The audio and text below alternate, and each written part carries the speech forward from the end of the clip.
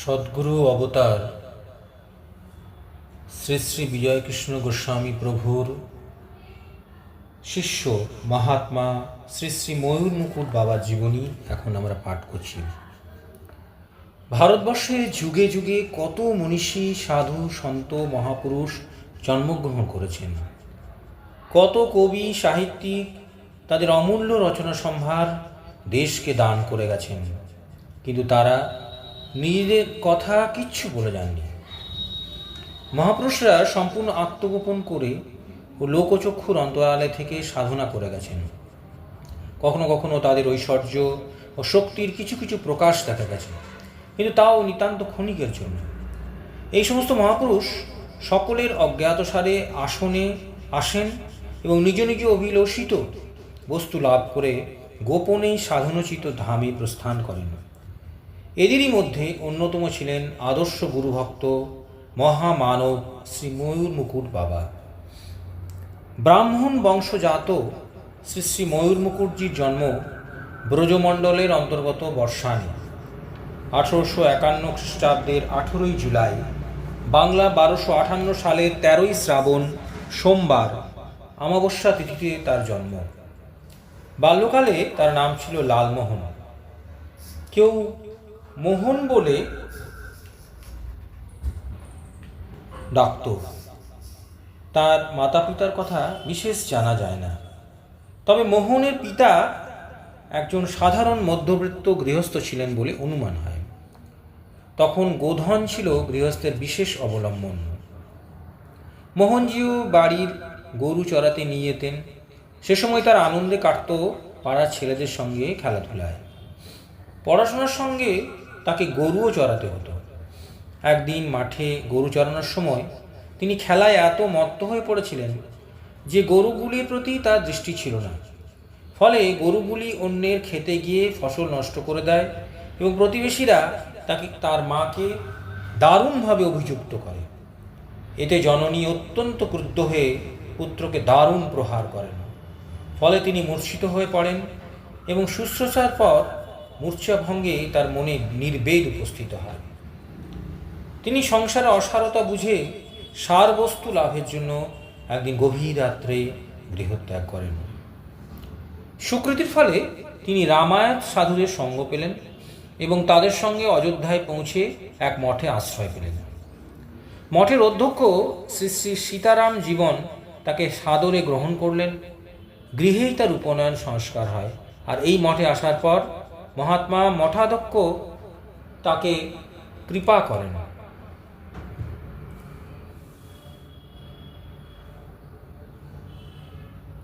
এই সময় তার বয়স 10 বৎসর মাত্র। এই সময় সংসারের দুঃখ কষ্ট জটিলতা ইত্যাদি তার পবিত্র হৃদয়কে স্পর্শ করতে পারেনি। ইতিমধ্যে মহাত্মার কাছে দীক্ষা পেয়ে তিনি বিশেষ যত্নবান হলেন সাধনায়। শ্রী গুরু তাকে বীর সাধকভাবে পরিচালিত করতে লাগলেন, যাতে শিষ্য শ্রী শ্রী মহাবীরের কৃপা লাভ করেন। বালক মোহনলালও সুগভীর নিষ্ঠা অধ্যাবসায় ও আন্তরিকতার সঙ্গে এগিয়ে চললেন। সাধনার সঙ্গে সঙ্গে কুস্তি ও লাঠি খেলা প্রভৃতি বিষয়ে তিনি শীঘ্রই দক্ষ হয়ে উঠলেন। এতে শিষ্যের প্রতি গুরুর অসীম কৃপার সঞ্চার হল। বালক অনতি বিলম্বেই যুগল রূপে শ্রী শ্রী সীতারামজি দর্শন ও কৃপা লাভ করে কৃতার্থ হলেন। কুস্তি ও লাঠি খেলায় তিনি অদ্বিতীয় ছিলেন। স্বয়ং মহাবীরজি যেন তাকে প্রবিষ্ট হয়ে অসম্ভব সব কাজ করে দিতেন। এমন লোক ছিল না যে তার সঙ্গে লাঠি নিয়ে প্রতিযোগিতা করে। তার ভয়ে চোর বা বদমায়েশ মঠের দিকেও ঘেঁষত না। তুলসীদাসকৃত শ্রী রামচরিত মানস ছিল তার নিত্য পাঠ্য গ্রন্থ। পাঠকালে তার মনে অপূর্ব ভাবের সঞ্চার হতো। মাঝে মাঝে দেহ রোমাঞ্চিত হয়ে উঠত, চোখের জলে বুক ভেসে যেত। তখন মনের উপর তার আর কোনো আধিপত্য থাকত না। উন্মত্তের মতো বাহ্য জ্ঞানশূন্য হয়ে কখনো হাসতেন, কখনো কাঁদতেন, কখনো চিৎকার বা গান করতেন, আবার কখনো কখনো উল্লাসে নৃত্য আরম্ভ করতেন। পাঠের দৃশ্য ফুটে উঠত তার অন্তরাজ্যে। অপ্রাকৃত দর্শনের ফলে শরীর রোমাঞ্চিত হয়ে উঠত। এই সময় পুরুষোত্তম ক্ষেত্র থেকে এক বিশিষ্ট সীতারাম সেবক দল ও মঠাধ্যক্ষ অযোধ্যা ধামে আসেন দর্শনের জন্য। মঠাধ্যক্ষের বিশেষ অনুরোধে মোহনজি দলটিকে নিয়ে অযোধ্যার লীলাস্থলগুলি দর্শন করালেন। মোহনজির সঙ্গ পেয়ে অধ্যক্ষ মুগ্ধ হয়ে যান এবং পুরীতে তাকে নিয়ে যাবার জন্য বিশেষ আগ্রহ দেখান। তখন তাকে তার গুরুদেব বললেন, তোমার পুরুষোত্তম ক্ষেত্রে যাইবার বিশেষ প্রয়োজন আছে। তোমার যোগসিদ্ধির অবস্থা লাভ করিতে আমিই তোমাকে পাঠাইতাম। শ্রী ভগবানের কৃপায় এভাবেই যোগাযোগ হওয়াতে ভালোই হইল। তুমি সেখানে মঠাধ্যক্ষের সঙ্গে চলিয়া যাও, পরবর্তী কাজ আপনিই হইবে। তোমার উপর শ্রী ভগবানের কৃপাদৃষ্টি পড়িয়াছে। শ্রী গুরু নির্দেশে মোহনলালজি পুরুষোত্তম যাত্রা করলেন মঠাধ্যক্ষের সঙ্গে। এখানে সীতারাম বিগ্রহাদি সেবা পূজার সুন্দর ব্যবস্থা দেখে তার মন ভরে গেল। তার কাছে জীবন্ত মনে হলো বিগ্রহাদি এবং কৃপা অনুভব করলেন। শ্রীমন্দিরে মহাবীরজির বীর বিক্রম বেশে দণ্ডায়মান মূর্তি দেখে তিনি মুগ্ধভাবে সাষ্টাঙ্গ দিয়ে পড়ে রইলেন এবং এরপর তিনি জগন্নাথ, বিমলা মা প্রভৃতি বিগ্রহ দর্শন করে পরম কৃতার্থ হলেন। জগন্নাথদেব মোহনলালকে কৃপা করলেন স্বরূপ দর্শন দানে। এখানে তার ইষ্টদেব সীতারামকে সূর্য অযোধ্যাপতি মনে হলো না, তিনি যে জগন্নাথ রূপে বিশ্ব ব্রহ্মাণ্ডপতি তা স্পষ্ট অনুভব করলেন মোহনজি। জগন্নাথ দেবের বিরাট সেবার ব্যবস্থা থেকে তিনি মুগ্ধ হলেন। দেবালয়ের বাইরে কুঞ্জ সদৃশ্য মনোহর একটি বকুল গাছের তলায় তিনি আসন পাতলেন। পরে তিনি মহাবীরজির নির্দেশে মার্কণ্ডেয় সরোবর তীরে তপস্যায় নিরত হন এবং সিদ্ধি লাভ করেন। অনন্তর অষ্টাঙ্গ যোগ সাধন করার জন্য আদেশ করেন মহাবীরজি মোহনলালকে। তিনি অল্পকালের মধ্যেই যম, নিয়ম, আসন, প্রাণায়াম, প্রত্যাহার, ধারণা, ধ্যান, সমাধি এই অষ্টাঙ্গ যোগে সিদ্ধি লাভ করলেন। এরপর মোহনজি লোকনাথ মন্দিরের অন্তরে গভীর বনে নিজ আসন পাতলেন শ্রী মহাবীরের নির্দেশে। সেখানে তিনি মহাবীর প্রদত্ত একটি প্রণবযুক্ত মন্ত্র জপ করতে লাগলেন।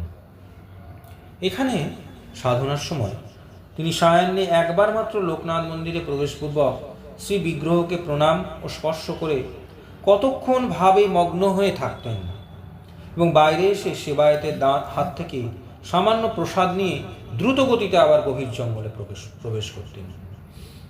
একদিন সন্ধ্যার পূর্বে লোকনাথ দর্শনান্তে তিনি মন্দিরের বাইরে এলে একদল মহাত্মা সে সময় লোকনাথ দর্শনে সেখানে আসেন এবং তাকে দেখেই মহাপুরুষরা তার প্রতি বিশেষ আকৃষ্ট হন এবং তার সম্বন্ধে জানবার জন্য কৌতূহলী হলেন। কিন্তু তাকে কিছু জিজ্ঞেস করার পূর্বেই তিনি দ্রুতপদে গভীর জঙ্গলে প্রবেশ করলেন। পরে লোকনাথ সেবায়েতের কথায় মহাত্মারা পরদিনের অপেক্ষায় রইলেন। সেদিন যথাসময়ে মোহনজি মন্দির প্রাঙ্গণে এলে মহাত্মারা সাষ্টাঙ্গ দিয়ে তার সামনে পড়লেন। তখন তিনি নিজে তাদের উঠিয়ে তাদের অভিপ্রায় জানতে চাইলেন। দলপতি সবিনয় তাকে বললেন যে তারা কৈলাসস্থিত মানস সরোবরে শ্রী হরপার্বতী দর্শনে যাত্রা করবেন। এ দর্শন মহাত্মার আশীর্বাদ ও সঙ্গ ছাড়া হয় না, আর তাদের বড় সৌভাগ্য যে সেই মহাত্মা তিনি যদি তাদের আশীর্বাদ করেন তবে তাদের সংকল্প সিদ্ধ হতে পারে। মোহনলালজি কিছুক্ষণ মৌনী থেকে বললেন যে আগামীকাল তিনি উত্তর দেবেন। পরে তিনি দ্রুতপদে মন্দিরে গেলেন এবং শ্রী বিগ্রহের দিকে এক দৃষ্টে চেয়ে রইলেন।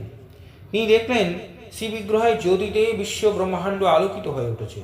তিনি লুটিয়ে পড়লেন বিগ্রহের সামনে। তখন দৈববাণী হলো, তোমাকে আমি গ্রহণ করলাম, আমার নিজ ধাম কৈলাসে যাও। তথায় আমার যুগল রূপ দর্শন করিয়া জন্ম সার্থক তো হইবেই, অধিকিন্তু তোমার বহু কিছু লাভ হইবে। যাও, তোমাকে অষ্টসিদ্ধি দিয়ে দিলাম, কৈলাসে উহা বহু কাজে লাগবে। তিনি সানন্দে মন্দির থেকে বাইরে এসেই সেই মহাত্মাদের দলপতিকে বললেন যে তার কাছে উত্তরের জন্য আগামীকাল আর অপেক্ষা করতে হবে না, তিনিও কৈলাস যাত্রায় তাদের সহগামী হবেন। সেদিন রাত্রে মহাবীরজি তার নিকট প্রকাশিত হয়ে ঋষি সেবিত মুক্তিনাথ তীর্থে ও কৈলাসধামে মহাত্মাদের সঙ্গে যাবার জন্য নির্দেশ দিলেন। তিনিও তদনুসারে মহাত্মাদের সঙ্গে কৈলাসধাম যাত্রা করলেন। কৈলাসের পথে অগ্রসর হতে হতে এমন এক স্থানে তিনি এসে পৌঁছালেন যেখানে কেবল তুষার, কোথাও সবুজ ক্ষীণ রেখাটি মাত্র নাই। এই প্রচণ্ড শীতে কৌপিন মাত্র পরিধান করে তিনি আসনে ধ্যানস্থ হলেন। কিছু দূরে তার সহগামীরা ধুনি জ্বালিয়ে বসেছিলেন। এদিকে প্রবল বায়ু বইতে থাকায় শীতের মাত্রা বহুগুণ বৃদ্ধি পায়। কিন্তু যোগী মোহনলালজির কোনো ভূক্ষেপ নেই। তিনি স্থিরাসনে ধ্যানে নিমগ্ন।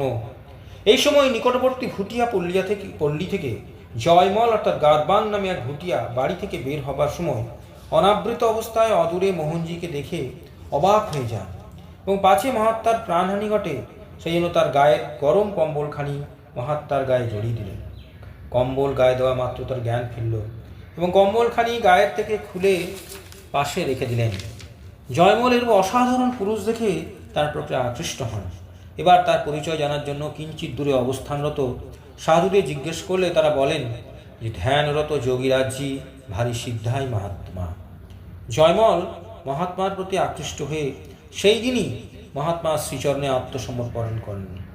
মোহনলালজিও তাকে দীক্ষা দিয়ে আপনজনের মতো গড়ে তুললেন। শিষ্য জয়মল কৈলাসে গিয়ে নানাভাবে সেবা করলেন গুরুদেবকে। কৈলাস যাবার পথে মোহনজি একদিন কৌপিন মাত্র ধারণ করে প্রবল শীতে খোলা জায়গায় আসন ধ্যানমগ্ন ছিলেন।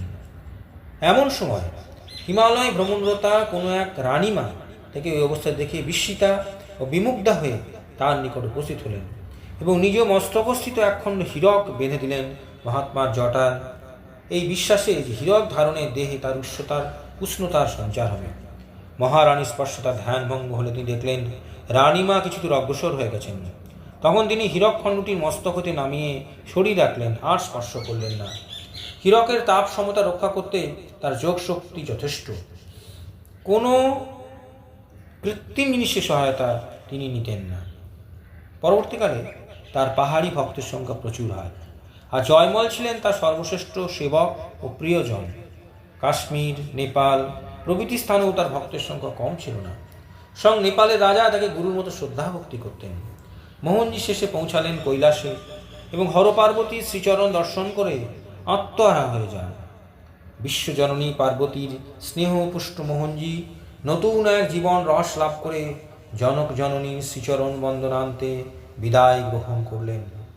পরে তিনি এই কৈলাসে গভীর তপস্যায় মগ্ন হলেন। এ সময় তার ক্ষুধা, তৃষ্ণা, নিদ্রা কিছুই বোধ হতো না। ধ্যানমগ্ন হলে তিনি ঝর্ণার জল ও পাহাড়ের ফলমূল সংগ্রহ করতেন। তার এই গোপন সাধনার জন্য লামা সন্ন্যাসীরা তার নাম দিয়েছেন গুহারিয়া মহারাজ। কৈলাস পর্বতের ৩২ মাইল অভ্যন্তরে প্রবেশ করলে শ্রী শ্রী হরগৌরীর মন্দিরে উপস্থিত হওয়া যায়। একমাত্র অষ্টসিদ্ধির অধিকারীরা ওই মন্দিরে উপস্থিত হতে পারে না।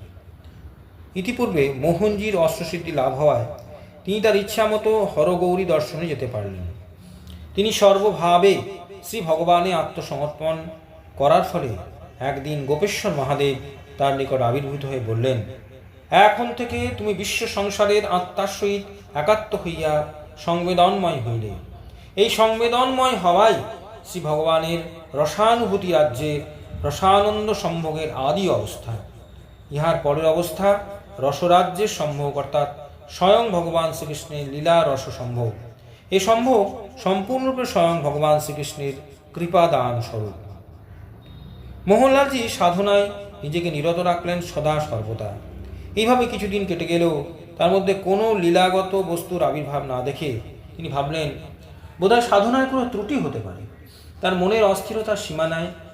এমন সময় শ্রী রাধারানীর প্রত্যাদেশ হল শ্রী বৃন্দাবনে কেশিঘাটে গিয়ে সদ্গুরু শ্রী শ্রী বিজয়কৃষ্ণের নিকট দীক্ষা গ্রহণ করতে। তিনিই তো ইতিপূর্বে পূর্ব জন্মার্জিত তপস্বিদ্ধির সঞ্চিত ধন লাভ করিয়াছিলেন। এই পথে তিনি দিব্য জীবন লাভ করেও খানিকটা তার অভাব ছিল। সে অভাব পূর্ণ হল সদ্গুরুর কাছে দীক্ষা লাভে।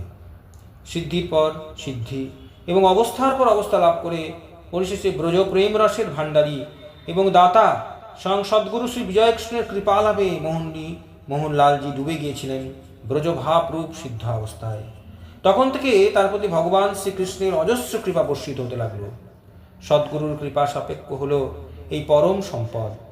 গোস্বামী প্রভু তাকে কৃপা করার পর থেকেই মোহনলালজির জীবন সাধনা সার্থকতায় ভরে গেল এবং অবস্থা খুলে গেল। অবিলম্বে তার শ্রী রাধাকৃষ্ণ দর্শন লাভ হল। শ্রীকৃষ্ণ তাকে সখাভাবে গ্রহণ করলেন এবং নিজে ময়ূরের রূপ গ্রহণ করে কতগুলি পালক তাকে দেন। পরে শ্রীকৃষ্ণ নিজের মুকুট থেকে আরেকটি পালক তাকে দিয়ে বললেন সব পালক দিয়ে একটি মুকুট তৈরি করে তা ধারণ করতে। মোহনলালজি এই মুকুট ধারণ করার পর তার নাম হলো ময়ূর মুকুট বাবা। এরপর তিনি দৈববাণী শুনে রাধাকুণ্ডে যান এবং সেখানে যুগল মূর্তি দর্শন করে আত্মহারা হয়ে শ্রীকৃষ্ণ প্রদত্ত বাঁশি বাজিয়ে শ্রীবিগ্রহে চতুর্দিক ঘিরে নৃত্য করতে লাগলেন। কখনো বাঁশি বন্ধ করে মাটিতে গড়াগড়ি দিতে লাগলেন। তার সারা দেহ চোখের জলে ভিজে গেল। এইভাবে বহুক্ষণ অতিবাহিত হলে শ্রী রাধা গোবিন্দ তাকে আশ্বাস দিলেন যে তিনি সর্বদা অন্তরে এবং বাহিরেই তাকে দেখতে পাবেন। এই বলে শ্রী যুগল বিগ্রহ অন্তর্হিত হলেন। আর সেই সময় হতে ময়ূর মুকুটজি বাঁশি বাজিয়ে নৃত্য করে রাধা গোবিন্দ লীলায় বিভোর হয়ে গেলেন। সখ্য, বাৎসল্য ও মধুর রসের লীলাই হল ব্রজলীলা। ময়ূর মুকুটজি এই লীলারসে একবারে ডুবে গেছিলেন। দ্বিতীয়বার স্বয়ং সদ্গুরু থেকে প্রেম দীক্ষা লাভ করার ফলে পরম যোগী শ্রেষ্ঠ ভক্ত হওয়ায় তার মধ্যে সুদুর্লভ অপার্থিব রাধাভাবে স্ফুরণ হতে লাগলো। শ্রীকৃষ্ণ বিরহ তাকে পাগল করে দিল। তার মধ্যে শ্রীকৃষ্ণ রূপ ফুটে উঠল নামের কৃপায়। এই ভাব রসের মাঝে তিনি সমাধিস্থ হতে লাগলেন। তার মধ্যে বাৎসল্য রসেরও অপরিসীম নিদর্শন পাওয়া যায়। একদিন তিনি উৎকণ্ঠার সঙ্গে বলেছেন, সন্ধ্যা হইয়া আসিল, লালজি তো এখনো বন হইতে ফিরিল না। বন নিশ্চয় কোনো বিপদ উপস্থিত হইয়াছে, না হইলে তার ফিরিতে এত দেরি হইতেছে কেন? কি বিভ্রাট! লালজির জন্য খাবার প্রস্তুত করিয়া রাখিয়াছি, তাহাও তো নষ্ট হইয়া যাইতেছে। এই উক্তিটি স্মরণ করিয়া দেয় গোষ্ঠ হইতে বিলম্বে প্রত্যাগত শ্রীকৃষ্ণের প্রতি জননী যশোদার খেদোক্তি। এ সময়ে তিনি ছিলেন বর্ষানে। তিনি সিদ্ধাসনে বসে নামে তন্ময় হয়ে সমাধিস্থ হতেন। তখন তার মধ্যে শ্রীকৃষ্ণের গোষ্ঠলীলার প্রকাশ হতো। রাধাকুণ্ডে বাস করার সময় তিনি বাঁশিতে অবিরাম রাধা কৃষ্ণ, রাধে কৃষ্ণ ধ্বনি করতেন। শ্রী বৃন্দাবনের প্রতি পুরুষের মধ্যে শ্রীকৃষ্ণ ও প্রতি ব্রজমায়ের মধ্যে শ্রী রাধারানীকে দেখতে পেতেন। বৃন্দাবনের পথে পথে তিনি চলতেন বাঁশিতে রাধাকৃষ্ণ ধ্বনি করতে করতে। এইভাবে তার মধ্যে রাধাকৃষ্ণের নিত্য লীলা এমনভাবে প্রকাশিত হতো যে তিনি নিজেই কখনো শ্রীকৃষ্ণ সেজে, কখনো বা রাধাভাবে ভাবিত হয়ে নৃত্য গীতে শ্রী বৃন্দাবন লীলা প্রকটিত করতেন। তাকে দেখে ব্রজমায়েরা আনন্দে তার কাছে ছুটে আসতেন এবং তাকে ঘিরে ব্রজলীলা গান আরম্ভ করতেন। আর ময়ূর মুকুটজিও আনন্দে নাচতে থাকতেন বাঁশির সুরে, তাদের গান সঞ্জীবিত করে। তখন মনে হতো প্রাচীন যুগে ব্রজলীলা মূর্ত হয়ে উঠেছে। কিন্তু সাধারণ লোক এ ভাব বুঝতে না পেরে তাকে নিন্দা করে অপরাধে পাত্র হতো। একদিন এক ঘটনা হয়। সেদিন মথুরায় যমুনা তীরে তিনি বাঁশি বাজিয়ে নৃত্য করছিলেন। আর কয়েকজন ব্রজমায়ী তাকে ঘিরে শ্রীকৃষ্ণ লীলা গান করতে করতে নৃত্য করছিলেন। এমন সময় ওই পথ ধরে যাচ্ছিলেন এক সমৃদ্ধা রমণী। ময়ূর মুকুটজিকে যুবতীদের সঙ্গে নৃত্যরত দেখে তিনি অত্যন্ত ক্রুদ্ধ হন এবং ব্যঙ্গ করে বলেন, বাবাজি মন হুঁশিয়ার রাখনা, বৈরাগী লোগন কো এ কাম আচ্ছা নাহি হ্যায়। একথায় বিন্দু বিসর্গ জানতে পারলেন না ময়ূর মুকুটজি। ধনী রমণী গৃহে আসার পর অত্যন্ত অস্থির হয়ে পড়লেন।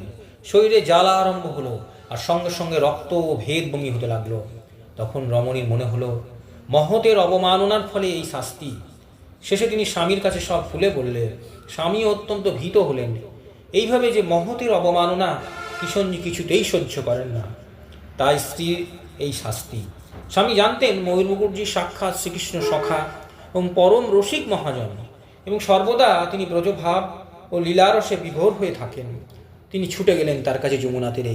কিন্তু সেখানে তার দেখা না পেয়ে বনের মধ্যে দিয়ে আসতেই তার মধুর বংশীধ্বনি শুনতে পেয়ে তার পায়ে পড়ে সব নিবেদন করলেন। তখন মহাত্মা তাকে বললেন যে তিনি এ ব্যাপারে কিছুই জানেন না। যা হোক, তিনি ভদ্রলোককে আশ্বাস দিয়ে বললেন যে কিশনজি এতক্ষণে তার স্ত্রীকে আরাম করে দিয়েছেন। ভদ্রলোক জোর করে তার চরণামৃত নিয়ে গিয়ে ঘরে গিয়ে পত্নীকে ওই পাদতক পান করাতেই রমণী সুস্থ হলেন। মহতের অবমাননায় এইরকমই শাস্তি পেতে হয়। তিনি সর্বদা একই স্থানে থাকতেন না। সাধারণত কার্তিক মাসে রাস পূর্ণিমার পূর্বে তিনি বৃন্দাবনে আসতেন এবং বসন্ত উৎসবের পর কৈলাসে চলে যেতেন। সেখানে নির্জন গুহায় সমাধিতে মগ্ন থাকতেন। যখন বৃন্দাবনে আসতেন তখন ব্রজের পল্লীতে বাঁশি বাজিয়ে নেচে গিয়ে প্রেম বিলাতেন। তখন তিনি মহাপ্রেমী শ্রীকৃষ্ণ সখা আর কৈলাসে তিনি মহাসিদ্ধ মহাত্মা রূপে পরিচিত ছিলেন লামা সন্ন্যাসী মহলে। তার অসাধারণ প্রীতি ছিল গুরু ভাইদের প্রতি। গোস্বামী প্রভুর কোনো শিষ্য বৃন্দাবনে থাকলে বা কোনো শিষ্যের শ্রীধামে আগমন হলে তিনি দিব্য দৃষ্টিতে তা বুঝতে পেরেই গুরু ভাইয়ের নিকট উপস্থিত হতেন এবং তার মঙ্গল আদি সকল বিষয়ে খোঁজ নিতেন। মেরা গুরু ভাই বলতে বলতে তার মুখে আনন্দের জোয়ার বয়ে যেত। একবার তার গুরু ভাই শ্রীনাথ দাস ময়মনসিং থেকে আগ্রা হয়ে বৃন্দাবনে আসেন তার মাকে নিয়ে। দেখা গেল হঠাৎ রাত্রে ময়ূরপুরজি এসছেন রাধাকুণ্ড থেকে 20 মাইল দূরে গোপালবাগে শ্রীনাথ দাসের কাছে। গুরু ভাইয়ের সুবিধা অসুবিধার কথা তিনি সব জেনে দিলেন এবং দাস মহাশয়ের মাকে কতভাবে যত্ন করলেন। তার সুমধুর ব্যবহারে সবাই মুগ্ধ হয়ে গেলেন। বৃন্দাবন থেকে ফেরার দিন স্টেশনে তারা এলে কিছুক্ষণের মধ্যে ময়ূর মুখর্জি সেখানে উপস্থিত হয়ে বাঁশি বাজিয়ে বাজিয়ে ও নেচে নেচে তাদের আনন্দ দিতে লাগলেন। ট্রেনে এলে কত সাবধানে গুরু ভাইয়ের মাকে ট্রেনে বসিয়ে দিলেন তিনি।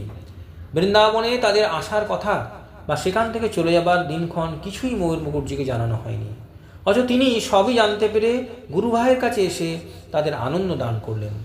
এতে বোঝা যায় তিনি ছিলেন সর্বজ্ঞ মহাপুরুষ, আর তার অকৃত্রিম ভালোবাসা ছিল গুরু ভাইদের প্রতি। গুরু ভাই শ্যামাকান্ত পণ্ডিত মহাশয় কয়েকজনকে নিয়ে সেদিন ঘোর অন্ধকারে রাধাকুণ্ডে গিয়ে অবস্থান করছিলেন। সেদিন ওই অন্ধকারে কুসুম সরোবর থেকে ঘন অন্ধকারে হিংস্র জন্তু সমাকুল গভীর বনের মধ্যে দিয়ে ময়ূর মুখর্জি রাধাকুণ্ডে এসে তাদের কাছে উপস্থিত হন। যে কয়েকদিন পণ্ডিত মহাশয় রাধাকুণ্ডে ছিলেন প্রতিদিনই তিনি তাদের কাছে আসতেন এবং কুশলাদি জেনে নিশ্চিন্ত হতেন। বর্ষানে হোলি খেলা অভূতপূর্ব বিষয়। বর্ষান ও নন্দগ্রামের হোলি খেলা সুপ্রসিদ্ধ। এই খেলায় স্বয়ং রাধারানী উপস্থিত থাকতেন জেনে ময়ূর মুখর্জি কৈলাস থেকে এসে ব্রজমাইদের সঙ্গে নাচে গানে বাঁশির ধ্বনিতে উন্মত্ত হয়ে যেতেন। মায়েদের পায়ে নূপুর, হাতে পিচকারি আর মুখে শ্রীকৃষ্ণের গুণগাথা। নূপুরের তালে তালে তাদের নৃত্যের সঙ্গে ময়ূর মুখর্জি বাঁশি বাজিয়ে নৃত্য করতেন। মায়েরা কখনো ফাঁক ছিটিয়ে পিচকারির রং দিয়ে তাকে লাল করে দিতেন। এইভাবে সবাই আত্মহারা হয়ে এক প্রেমময় মধুময় রাজ্যের নৃত্যগীতে মাতোয়ারা হয়ে পড়তেন। হোলির সময় শ্রী শ্রী রাধাকৃষ্ণ রাধা যাত্রাভিনয়ে ময়ূর মুখর্জি হতেন শ্রীকৃষ্ণ। তিনি তখন ব্রজভাবে বিভোর হয়ে বাঁশি বাজাতে থাকতেন আর নেচে নেচে ব্রজবাসীদের মুগ্ধ করে দিতেন।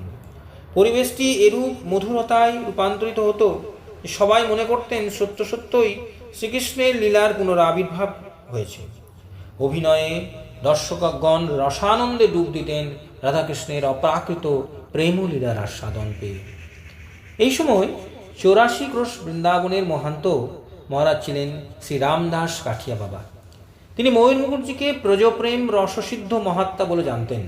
সুতরাং উভয়ের মধ্যে ছিল সুগভীর প্রেম ও ভাব। কাঠিয়া বাবা তার শিষ্য দ্বারকানাথ দত্তকে ময়ূর মুখর্জির সেবা ও সঙ্গ করতে নির্দেশ দিয়েছিলেন। দত্ত মহাশয় তার সঙ্গ পাওয়ার জন্য ব্যাকুল হতেন এবং সময়ে সময়ে মধুর সঙ্গে সারা রাত কাটাতেন। একদিন গোস্বামী প্রভু ও কাঠিয়া বাবা বসে আছেন। এমন সময় ময়ূর মুখর্জি সেখানে এলেন বাঁশি বাজাতে বাজাতে। তিনি গুরুদেবকে কিষণজি বলতেন। দুই মহাপুরুষকে এক স্থানে দেখতে পেয়ে তার ভাব সমুদ্র উতলে উঠল এবং উভয়ের সামনে শ্রীকৃষ্ণ লীলা গান করতে করতে নৃত্য আরম্ভ করলেন। এই দেখে হঠাৎ কাঠিয়া বাবা আসন থেকে উঠে ময়ূর মুখর্জিকে আলিঙ্গনবদ্ধ করলেন। এই অবস্থায় তারা দুজনে ভাবাবেশে নিস্তব্ধ হয়ে দাঁড়িয়ে রইলেন। গোসাইজির শিষ্যরা এই দৃশ্য দেখে অপরিসীম প্রীতি লাভ করলেন। ময়ূর মুখর্জির কোনো স্থায়ী ঘর ছিল না। বাস করার জন্য বৃন্দাবনে পানিঘাটে করবী বৃক্ষের তলায় তিনি আসন পেতেছিলেন। তার গুরু ভাই ও ভক্তরা এইখানে এসে তার সঙ্গ করতেন। বৃন্দাবনে দিনাজপুরের রাজকুঞ্জের ম্যানেজার মনমথ রঞ্জন রায়চৌধুরী ছিলেন তার গুরু ভাই। একদিন তার এই গুরু ভাই ও নবাগত এক গুরু ভাই তার সঙ্গ করার জন্য সেই গাছতলায় তার নিকট উপস্থিত হলেন। তখন মৃদু মৃদু বৃষ্টি হচ্ছিল আর ময়ূর মুখর্জি সেখানে বসছিলেন প্রায় নিবু নিবু ধনির সামনে। শীতও তখন বেশ পড়েছে।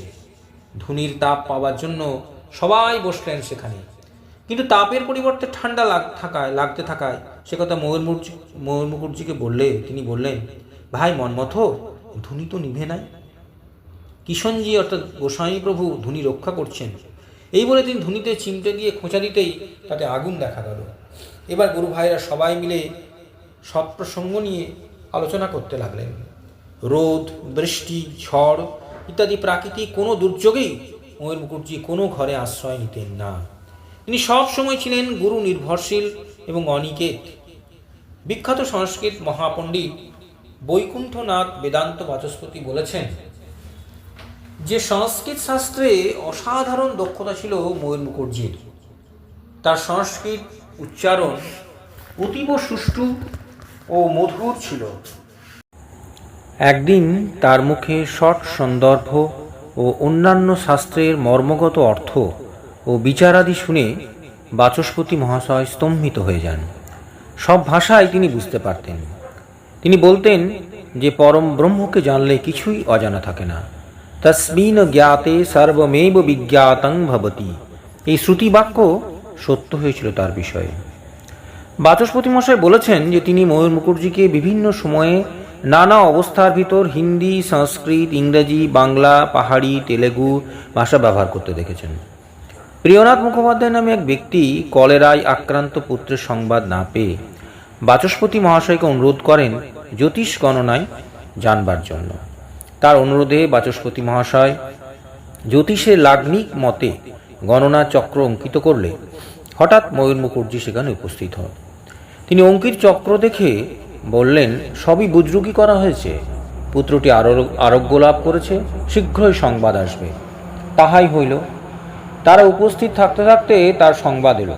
এতে বোঝা যায় যে ময়ূর মুকুটজি জ্যোতিষশাস্ত্র জানতেন। একবার বাচস্পতি মহাশয় ত্রিপুরা রাজকুঞ্জে মহারানীর নিকট শ্রীমদ্ ভাগবত ব্যাখ্যা করার সময় ভুলক্রমে লীলায় মাধুর্য স্থানে ঐশ্বর্য আরোপ করে গুরুতর ভুল করেন। এ ভুল দেখিয়ে দেন ময়ূর মুকুটজি সেদিন যমুনা তীরে বাচস্পতি মহাশয়ের সঙ্গে সাক্ষাৎ হওয়ার সময়। তার কথায় বাচস্পতি মহাশয় অবাক হয়ে যান যে কি রূপে ময়ূর মুকুটজি তা জানতে পারলেন। তিনি তো অন্তঃপুরে রানীমার কাছে পাঠ করছিলেন। ময়ূর মুকুটজি ছিলেন সর্বজ্ঞ। তিনি সরারগত ছিলেন বলে সূক্ষ্মভাবে অবস্থান করে সব বিষয়ে জানতে পারতেন এবং এককালে বহু হতে পারতেন। তবে এসব পরম সিদ্ধির বিষয়ে তিনি গোপন রাখতেন। মহাপ্রভুর আরব্ধ কাজ সম্পন্ন করার জন্য সদ্গুরু বিজয়কৃষ্ণের আবির্ভাব। সদ্গুরুর অসমাপ্ত কাজ করার ভার তার শিষ্যদের, কিন্তু প্রত্যক্ষভাবে গোসাইজির আদেশ চাই। গোস্বামীপ্রভুর আদেশেই সাধন দিতে প্রবৃত্ত হন কুলদানন্দ ব্রহ্মচারী, ঠাকুর বরদাকান্ত, কিরণচাঁদ দরবেশজি প্রভৃতি শিষ্যগণ। ময়ূর মুকুটজিকেও অনুরূপভাবে সাধন দেবার নির্দেশ দেন গোস্বামীপ্রভু। 1316 সালে গুরুদেবের আশীর্বাদ নিয়ে ময়ূর মুকুটজি সাধন দিতে প্রবৃত্ত হন। সাধন প্রার্থী হলেই যে তিনি সাধন দিতেন না, প্রার্থীর সাধনের অধিকার হয়েছে কিনা তা তিনি গুরুদেবের কাছে আগে জেনে নিতেন। তিনি বলতেন, মেরা কিষণজি কো হুকুম হোনে সে হো জায়েগা, হাম কৌন হ্যায়, হাম তো নফর। আসল গুরু হচ্ছেন গোস্বামী প্রভু, তিনি উপলক্ষ মাত্র। তার দীক্ষাদানের সংবাদ বাংলাদেশে পৌঁছালে ভাওয়াল রাজের অংশীদার নবদ্বীপবাবু তার পুত্র জ্ঞানচন্দ্রের ভগবন্মুখীন অবস্থা দেখে ময়ূর মুকুটজির নিকট বৃন্দাবনে পাঠাতে ইচ্ছা করলেন পুত্রকে সাধনের জন্য। ময়ূর মুকুটজি জ্ঞানচন্দ্রকে তার গুরু ভাই নবদ্বীপবাবুর পুত্র জেনে বড় খুশি হলেন এবং একাদশী তিথিতে স্বামী স্ত্রী উভয়কে দীক্ষা দান করলেন 1316 সালের মাঘ মাসের শেষে।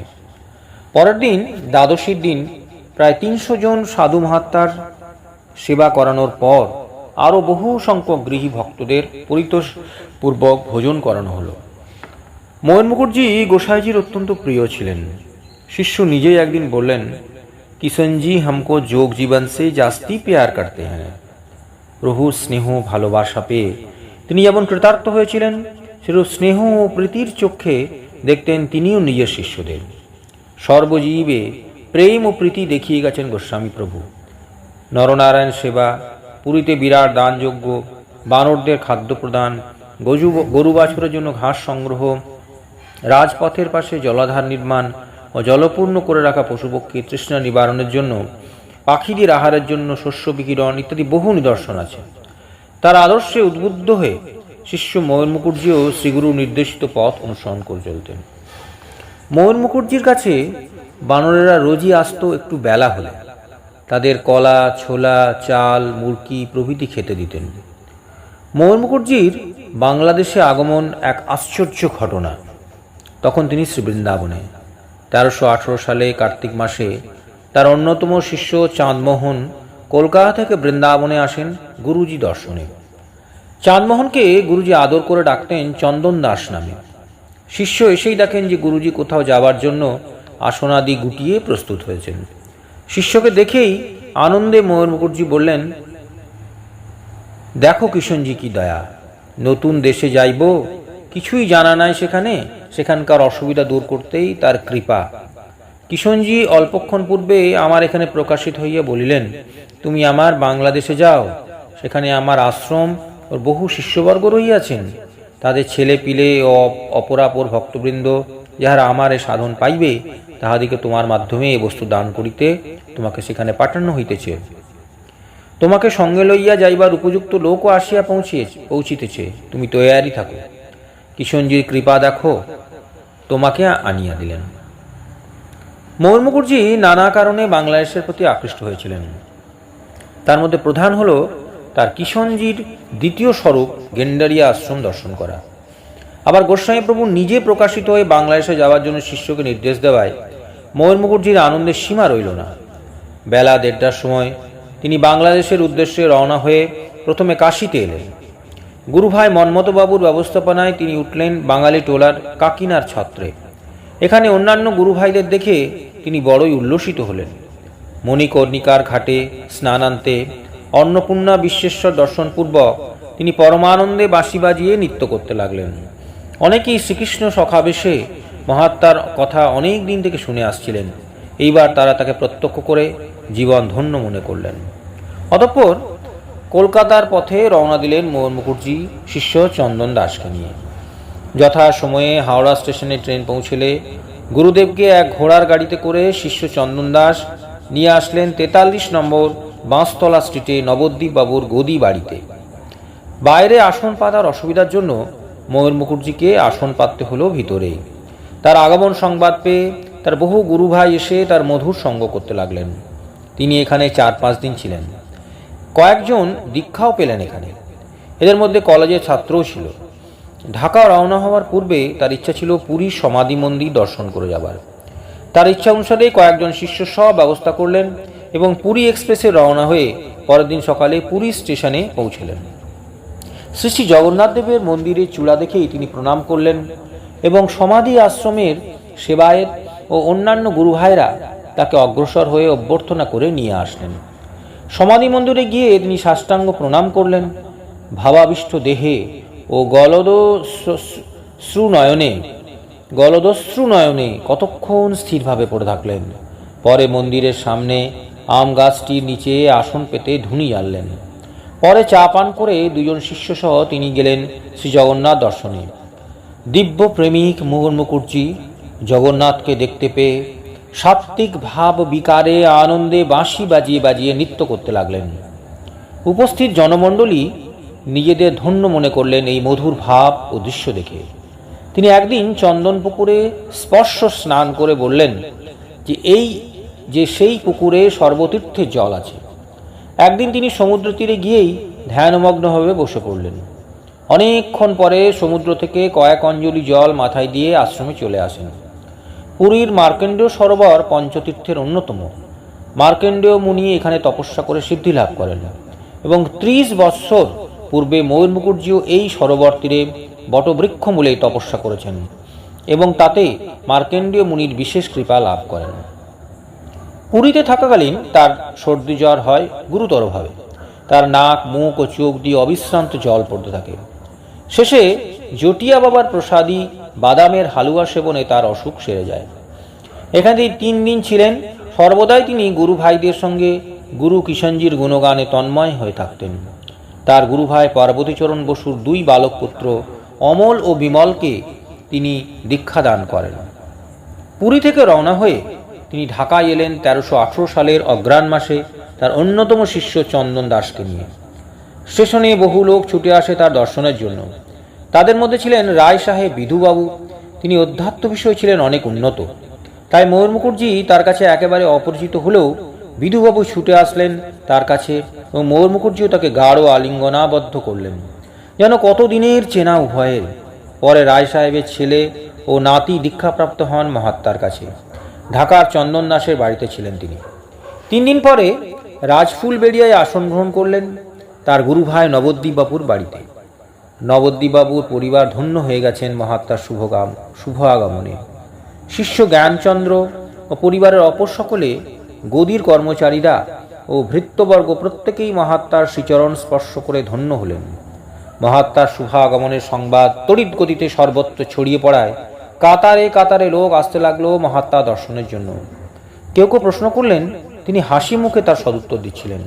তার ভাষা বুঝতে একটু অসুবিধা হলেও সবাই তার সঙ্গে আলাপে মুগ্ধ হয়ে গেলেন। কেউ কেউ আবার দীক্ষার্থী হয়ে এসেছিলেন। এইভাবে নানা কথাবার্তায় ও আদর আপ্যায়নে দিনের অবসান হলো।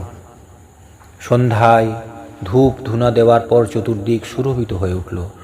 সে সময় ময়ূর মুকুটজি মধুস্তোত্র রাজি মধুর স্বরে উচ্চারণ করতে থাকায় সবাই যেন ভগবত রাজ্যে বাস করতে লাগলেন। এই অবস্থায় ভক্ত সংখ্যা ক্রমেই বৃদ্ধি পেতে লাগল।